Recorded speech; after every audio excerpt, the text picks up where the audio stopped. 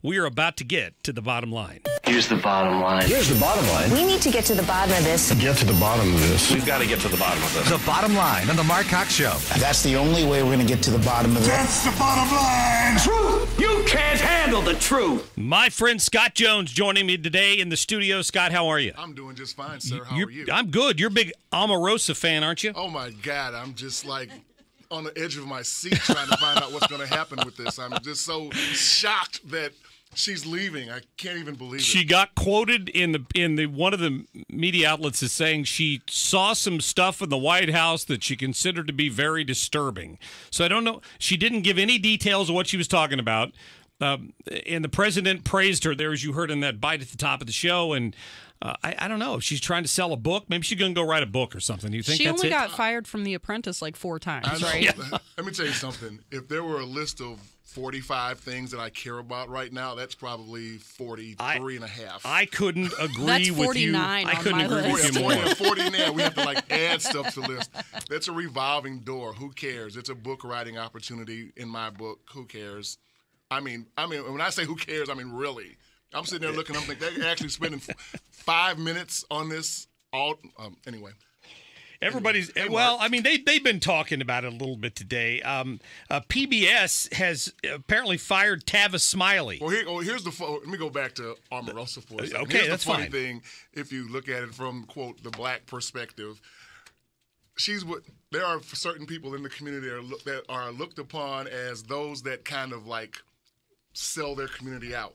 And then when it doesn't work out for them, they want to come back. Like now, all of a sudden, Charles Barkley is being re-awarded his black card, so to speak, because he spoke out, where in the past he had spoke out differently.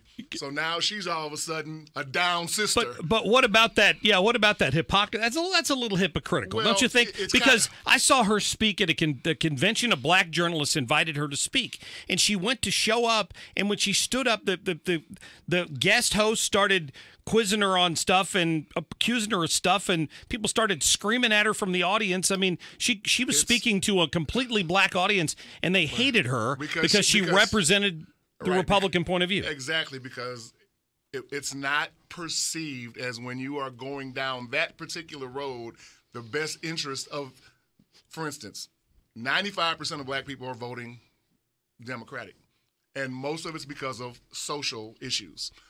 5% of black people, like some of our friends that you and I are friends with, that we both know, they look at it the other way. They kind of go past the social issues. So when you have somebody from the 5% talking to the 95%, they're not seeing what the 95% see. So or they just disagree, right? I mean, they just disagree. Harshly disagree. Well, but I don't know about harshly. When I say harsh, you look at people when you boo a speaker, you're being harsh. But I look at other examples, and since you brought it up, of African American Republicans or black Republicans who end up in Congress, and they're not allowed to caucus with the Congressional Black Caucus. Won't have anything to do with them because they don't agree with them, because they don't toe the company line. It's not a company line. It's a matter of social differences. If it is perceived, and I do use that word, perceived, that if you are coming from a GOP point of view, every social issue that matters, you don't care about as a black person. That's why black Republicans are scorned by black Democrats. See, we should have Chris Arps in here to talk about this Chris today. Chris talk about this all the time. But again, because he's been fighting that battle for a long time. But see, a guy like Chris is more in the Colin Powell, because Chris gets the social part. Chris would love everybody to be totally about the fiscal part of being a member of the GOP. He's all about the lower taxes and the immigration and all of that stuff that the GOP really fights for.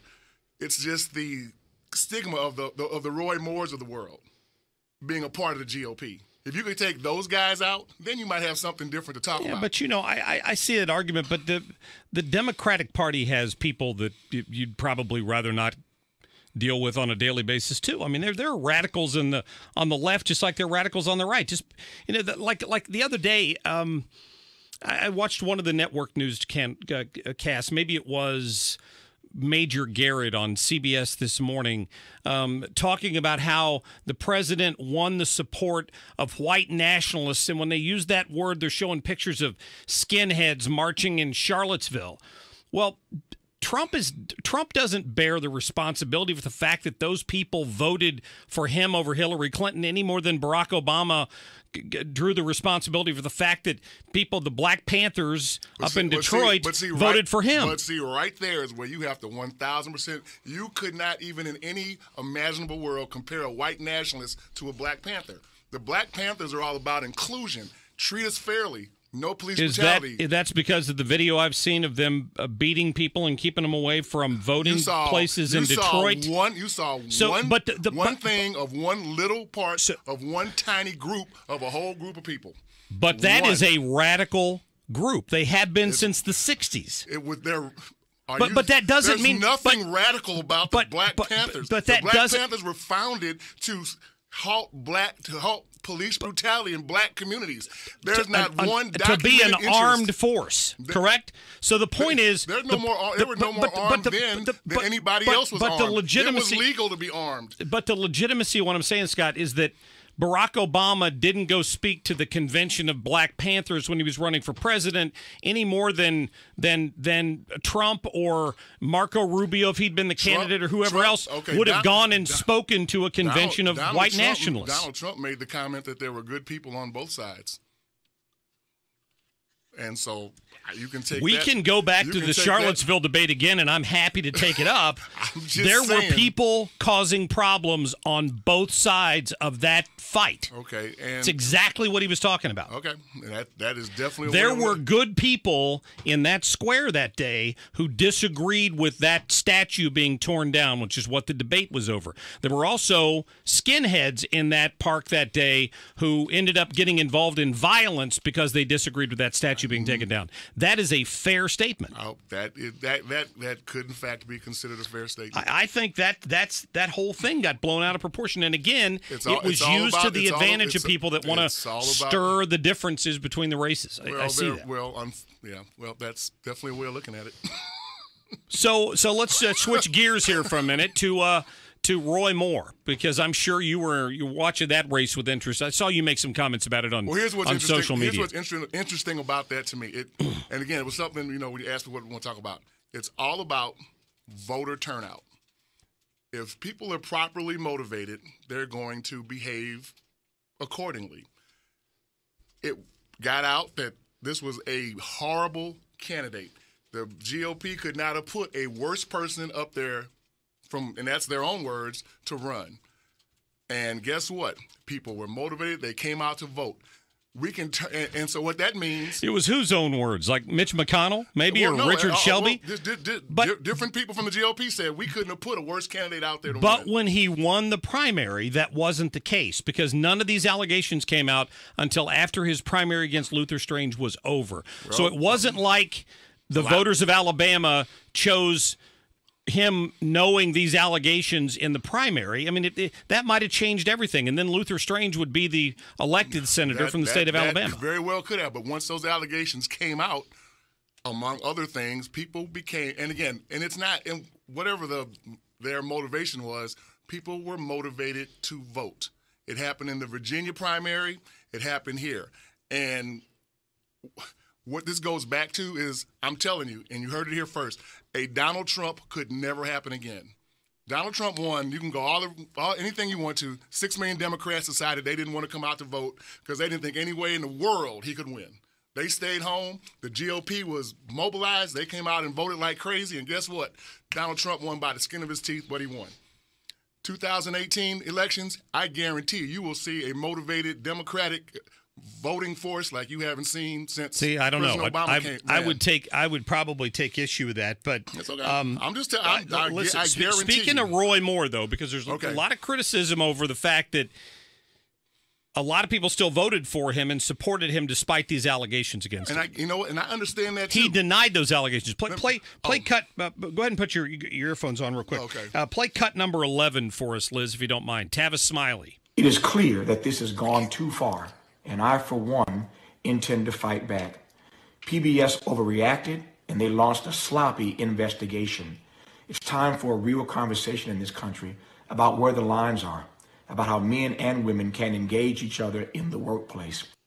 So that was Tavis Smiley saying that he absolutely denies all of the allegations against him, and he's going to fight this.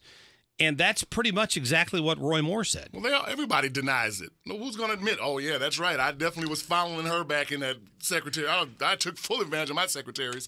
I guarantee you 99% of everybody that was accused has in one way or another done it. I've seen it. I've observed, and that's just in my little world, because guys could get away with it. Power gets away with subordinates every time. Women terrified to tell on their bosses. Happens all the time, every business. The more power you have, the more you think you can get away with. Oh, I'm sure. And now it's starting. And all it took is one person to tell. Now everybody feels comfortable coming out with it. But I played that to get back to your point that the Republicans put up absolutely the worst candidate they could ever find in Roy Moore. And if these allegations had not come forward, Roy Moore would be the senator from Alabama right now, and he still denies those allegations. And I'm not saying that they're not true, and I don't know that the ones against Tavis Smiley aren't true. Right, but or the ones against the president. But but when 14 people come out and start saying it, but what I want to go back to really quick is about why people still voted for him. It's kind of the same reason. I know every single person I know that are my friends that are members of the GOP, they would have loved for anybody but Donald Trump to be there. But that was the guy that was going to get, as you talk about all the time, if he wins, he gets to pick Supreme Court judges, and that's what that election was all about, and that's what too many people didn't understand. So you can hold your nose and say, you know what, maybe Roy Moore didn't do it, but I need a GOP person in the Senate. So I'm going to vote for him, and then if it turns out he did it, then we'll kick him out later. But I need him in there now so I can keep my 52 to 48. And that's it was a political calculation. I absolutely said that. Because if he got elected, even if the Senate had an ethics committee investigation and booted him out, the Republican governor of Alabama would have put another Republican in there. And that's where problem solved. That's problem solved. If you don't, and again, so that's why you always have to be in the political world. When you get emotional about politics, you're going to lose sight of focus. That's one of the great, smart things about you running this show is that you didn't care about Donald Trump. You cared about the Supreme Court and the issues that are important to you. And if you've got the right people in there, guess what? Your issues are going to be addressed. If you didn't vote if you said, I'm not going to vote for Donald Trump because he's a whatever, well, guess what? Hillary Clinton wins, and then everything you believe in gets thrown in the trash can. Yeah, absolutely. That's right. And the right. flip side, 6 million Democrats decided not to vote, so guess what? Now we got to deal with Donald Trump because you didn't vote. Whether you thought, I hate Hillary Clinton, I'm not going to vote for her. So yeah, I can go back to 2012 though and argue that if there'd been a little more motivation among several groups, Mitt Romney would have had a better chance. Absolutely. But they didn't get out and vote. If you don't, like I said, people, you know, if you're in Alabama, you're a black person in Alabama, or anywhere in the South, when they used to make black people count how many jelly beans are in a jar before you could go up and vote, even if you were perfectly registered. They suppressed you as hard as you could. Then 1965, Voter Rights Act, all that goes away. And guess what? Now you can vote with as minimal string as possible. There's always redistricting and something that's going to try to trip you up. But in general, you can vote. If you don't vote, shame on you, and you can kiss my behind. And I hate you, and you're stupid. Ask. I'm just going to bring this up. Ask Mayor Knowles up in Ferguson because he pointed that out to me as well. That even after all of that stuff they went through with Mike Brown, 20% turnout, and all the claim that they needed better voter turnout, the next election 20%. Came and it was no better, 20% or hardly turnout. Better. Yeah. School board the same way. Yeah, it makes me sick, and I have no use for people that don't vote. Scott Jones, thank you, my friend. Merry Christmas to you. Same to you. Merry Christmas to you, too, Merry Christmas. I appreciate you coming in. 314-969-9797, 866-455-9797. We'll get to more of your phone calls in a minute. Congratulations to Jared from Ellsbury, the winner of our movie tickets. And, of course, we'll have another set of those movie tickets and some more TSO tickets for you tomorrow as well. You're listening to The Mark Cox Show. Big wheels keep on turning. The Mark Cox Show on FM News Talk 97.1, 98.7, AM 1490, and 97.1talk.com. very topical. The national, international news. Keeping you informed and up to date. U.S. news, world news, everything. Still considered my local news. St. Louis is home of Fox News. Get my news quickly, and it's much easier to get it On the radio. FM News Talk 97.1. Is 2018 your year?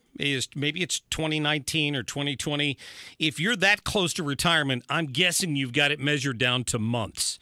3 months, or 3 years, 4 months, 32 days. You know when you're about to retire. People hopefully you have that planned. And if you're that close, you need to call my friend Thomas Helbig at the Retirement Advisory Group.